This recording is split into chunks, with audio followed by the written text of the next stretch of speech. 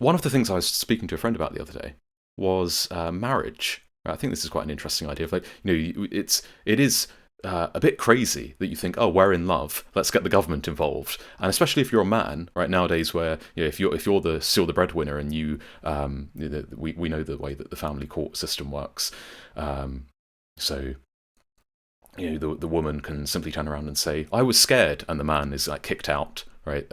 Men do not have adequate access to their children. Often, if they've earned all the money, it can just be immediately split, and you might have to take care of the lifestyle that the wife has become accustomed to. So really, we've set up, and conservatives kind of often make these cases as well, right? Like Pete Hitchens says, the British state has done everything in its power to undermine marriage. And so I was talking about like what marriage would look like in a different type of society where you didn't want to get the state involved. And of course, it's hard to talk about this because we live in a very alienated, atomized world where, look, I don't want to get the state, if I ever get married, I don't want the state involved, right? For the pragmatic reasons that I mentioned already, but also because I think it is totally bizarre to say, it's a kind of infantile in a way, to say, let's get men ultimately with guns involved to enforce the contract if it breaks down. I think that doesn't encourage the healthy relationship between you and your couple you and your partner that you want to aspire to. You want to be people who can work on, you're in a shared project, something greater than yourself. And obviously if you have children involved, that is kind of what marriage is meant to be there for. You make this commitment in front of friends and family to work on something that's really, really difficult. Now that doesn't mean that you can't have mediators involved, but it means that the mediators won't have a club, right? And especially for men nowadays, a club that often means they come off the worse when a marriage unfortunately does break down, which is 50% or 45% of marriages last time I checked, right? And even worse for the working class, right? That those are they often end in divorce, and marriage seems to be a good way for middle class people to accrue even more privilege and wealth and resources. Actually, it's true for the working class too.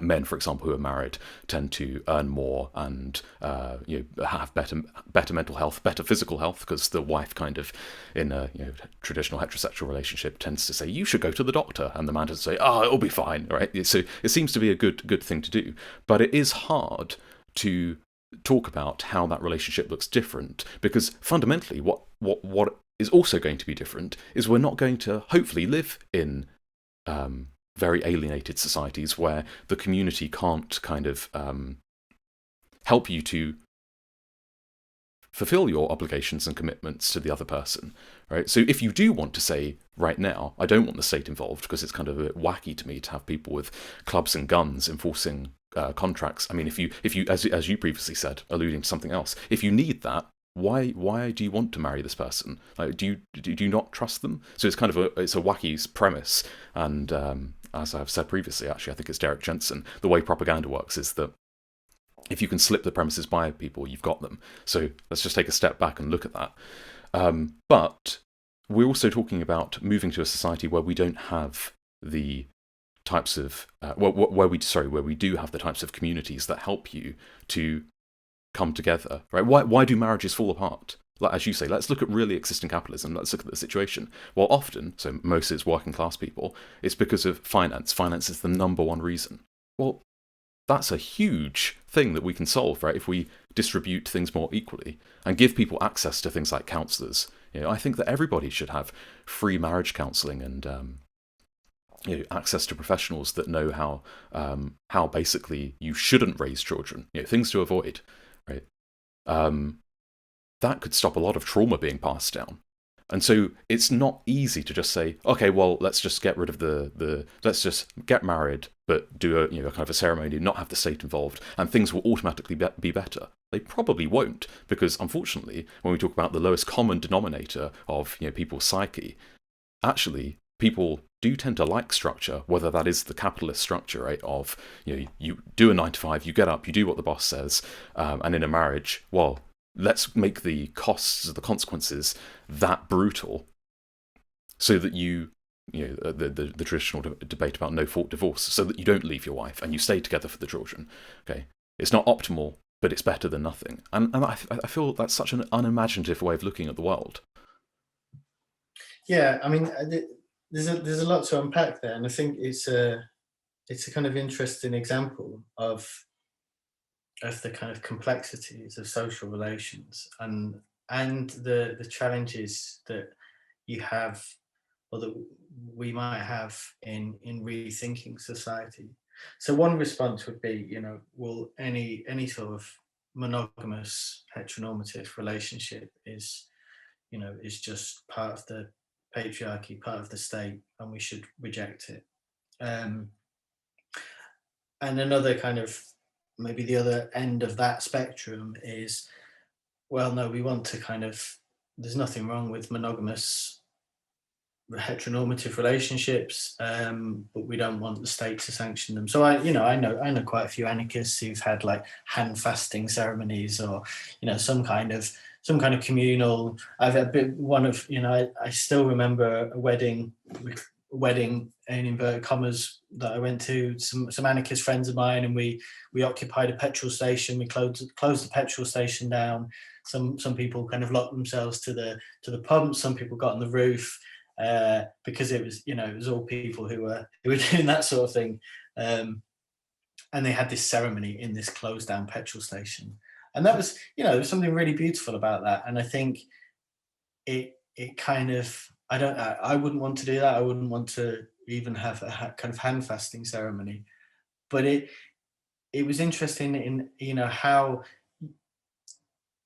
you can kind of subvert things and play things, but also reclaim things like marriage. Marriage is now like an institution of the state, and it's an institution of religion, but it existed prior to Christianity. It existed prior to the state. So sometimes people will say, why would you want to do that? It's the state. But actually you can go back further and say, well, no, this is something that humans have probably done for millennia in some way, some kind of ceremony to show something about a kind of relationship. But then you can critique that as well, and you can say, well, why would we want that? Why would we want a monogamous relationship? Why would we want two people to kind of come together and stay together for the rest of their lives? And what becomes problematic is when people start to kind of get into a very particular camp and dismiss anything. My view is always, let's always be critical. Let's think, certainly, why would you want the state to get involved? Why would you want the state to say, well done, you're in love? And yeah, you phrased it kind of very, very nicely. Like, well, why would you want some? Effectively, the mechanics of the state is the tank and the power. And obviously no one really thinks about it like that, but you are kind of in a way saying, we want this big army to kind of sanction our loving, beautiful relationship. And it is very, very odd when you put it like that. But for me, in rejecting that, you need to kind of tread carefully. You need to recognize as well that we're, as human beings, we're socialized, and we cannot just kind of click our fingers and kind of run away from or negate that socializing. And that's one of the problems with any kind of revolution and any revolutionary position is how you kind of deal with that, how you navigate that kind of socializing. And one of the errors I think that's kind of common is for people to just think, I've now got this different rational position, and so I'm going to live like this, but I'm going to be constantly conflicted because I've been socialized like this. So I'm going to become polyamorous, and that's that, and I'm going to negate all these kind of socializing things. But you don't want to go the other way and say, well, no, we've been socialized, so we shouldn't be doing that. We should be encouraging experimentation. We should be encouraging critical thought.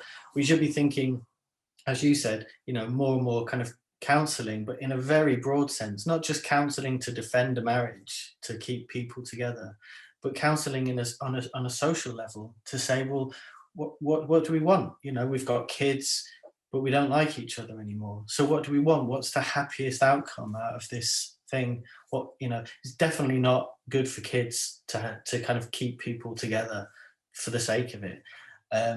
and there's no kind of natural reason why two people should spend their entire lives together, even if they've got children. So it's kind of counselling, but in a broader sense of thinking through those possibilities, but recognizing that we cannot just say we critique this social system and we're going to do things differently. And in the same way that you can't forget the reality that, you know, of the state behind you, you can't forget the reality of the state inside you, and the way that impacts on us.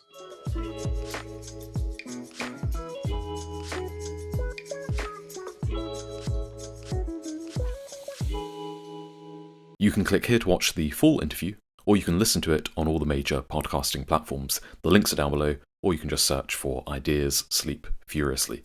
Thank you.